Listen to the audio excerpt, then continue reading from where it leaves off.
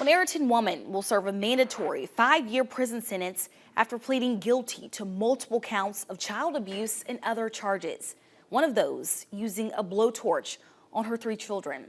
Ashleigh Ableman and prosecutors reached the agreement this month ahead of her trial dates.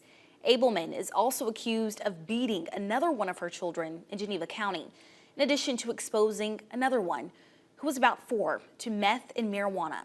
Because she received a split sentence, Ableman must serve every day of the 5-year term and then be placed on probation.